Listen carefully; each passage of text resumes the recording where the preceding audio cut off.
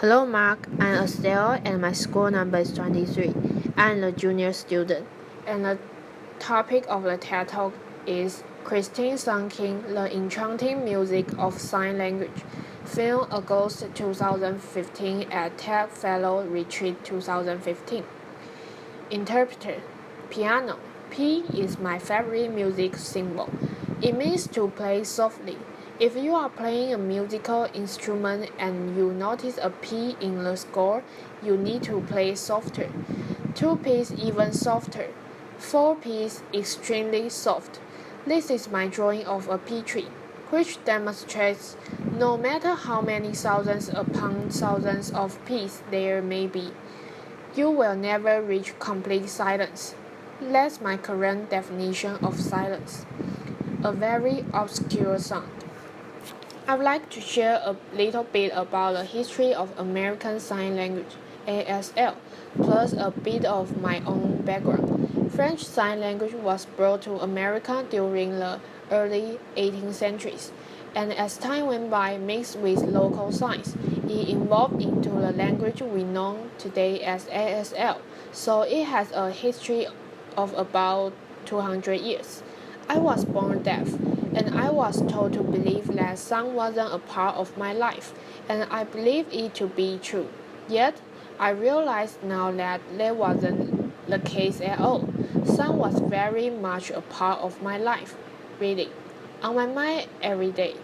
As a deaf person living in a world of sound, it's as if I was living in a foreign country, blindly follow its rules, customs, behaviors, and norms without ever questioning them.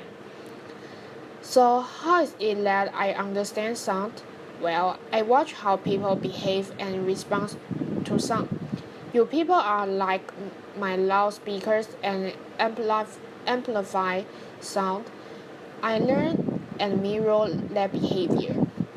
At the same time, I've learned that I create sound and I've seen how people respond to me. Thus, I've learned, for example, don't stand at the door. Don't make too much noise when you are eating from the potato chip bag. Don't burp and when you are eating. Make sure you don't scrape your utensil on the plate. All of these things I term sound etiquette. Maybe I think about sound etiquette more than the average hearing person does. I'm hyper vigilant around sound, and I'm always waiting in eager nervous anticipation around sound about what to come next. Hence, this drawing, TBD to be decided, TBC to be continued, TBA to be announced, and you notice the staff, there are no notes contained in the lines. That's because the lines already contain sound through the subtle smudge and smears. In deaf culture, movement is equivalent to sound. This is a sign for staff in ASL. Atypical staff contains 5 lines. Yet for me, saying it with my thumb sticking up like that doesn't feel natural. That's why you will notice in my drawings, I stick to 4 lines on paper.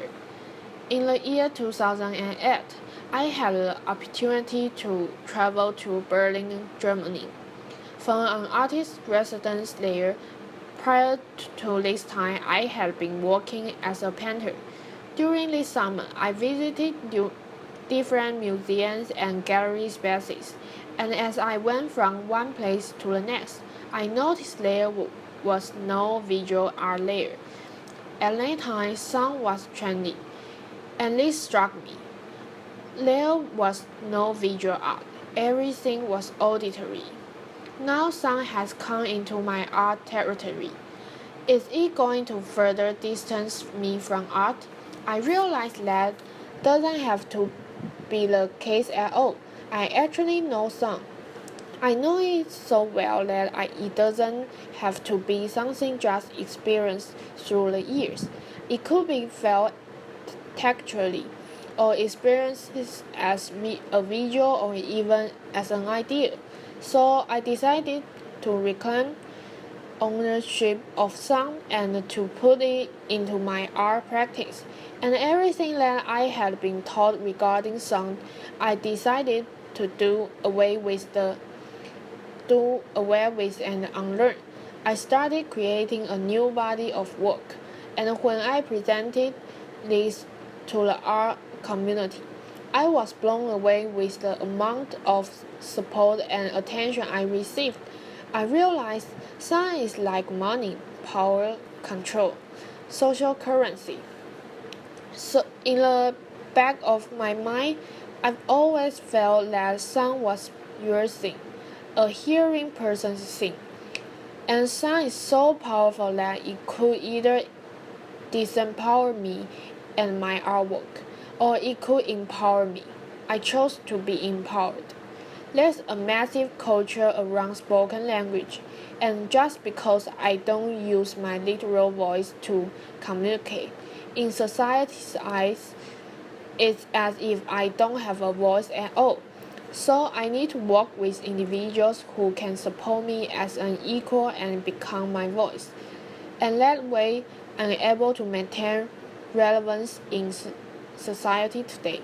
So at school, at work, and in institutions, I work with many different ASL interpreters, and their voice becomes my voice and identity. They help me to be heard, and their voices hold value and currency. Ironically, by borrowing out their voices, I'm able to maintain a temporary form of currency, kind of like taking out a loan with a very high interesting rate. If I didn't continue this practice, I feel that I could just fade off into oblivion and not maintain any form of social currency. So with sound as my new art medium, I dived into the world of music, and I was surprised to see the similarities between music and ASL. For example, a musical note cannot be fully captured and expressed on paper, and the same holds true for a concept in ASL. They are both highly spatial and highly inflected, meaning that subtle change can affect the entire meaning of both signs and sounds. I'd like to share with you a piano metaphor to have you have a better understanding of how ASL works. So, envision a piano. ASL is broken down into many different grammatical parameters. If you assign a different parameter to each finger as you play the piano, such as facial expression, body movement, speed, hand shape, and so on, as you play the piano, English is a linear language, as if one key is being pressed at a time. However, ASL is more like a chord. All 10 fingers need to count down simultaneously to express a clear concept or idea in ASL.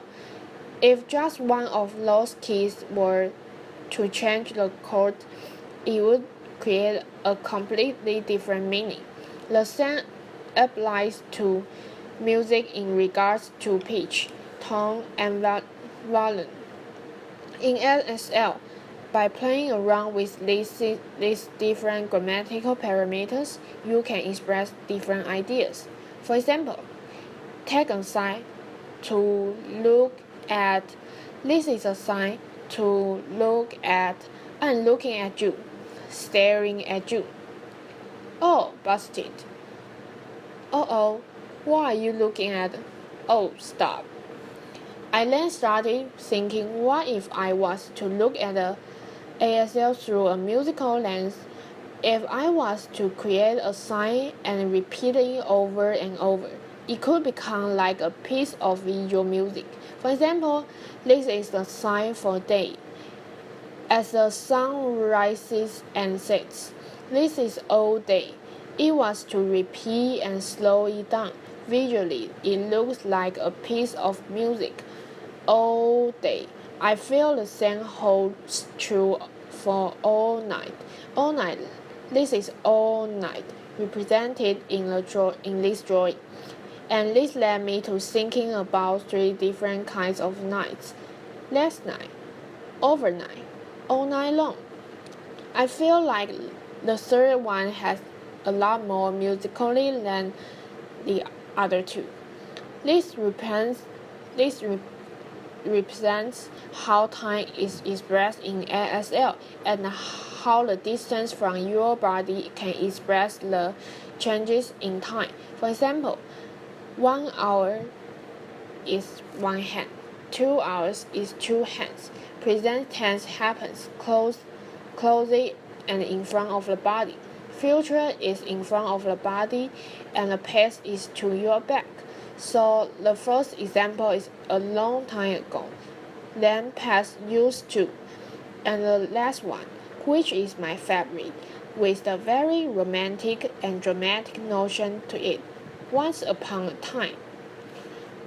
Common time is a musical term with a specific time signature of 4 beats per measure. Yet, when I see the word common time, what automatically comes to mind for me is at the same time. So notice RH, right hand, LH, left hand. We have the staff across the head and the chest.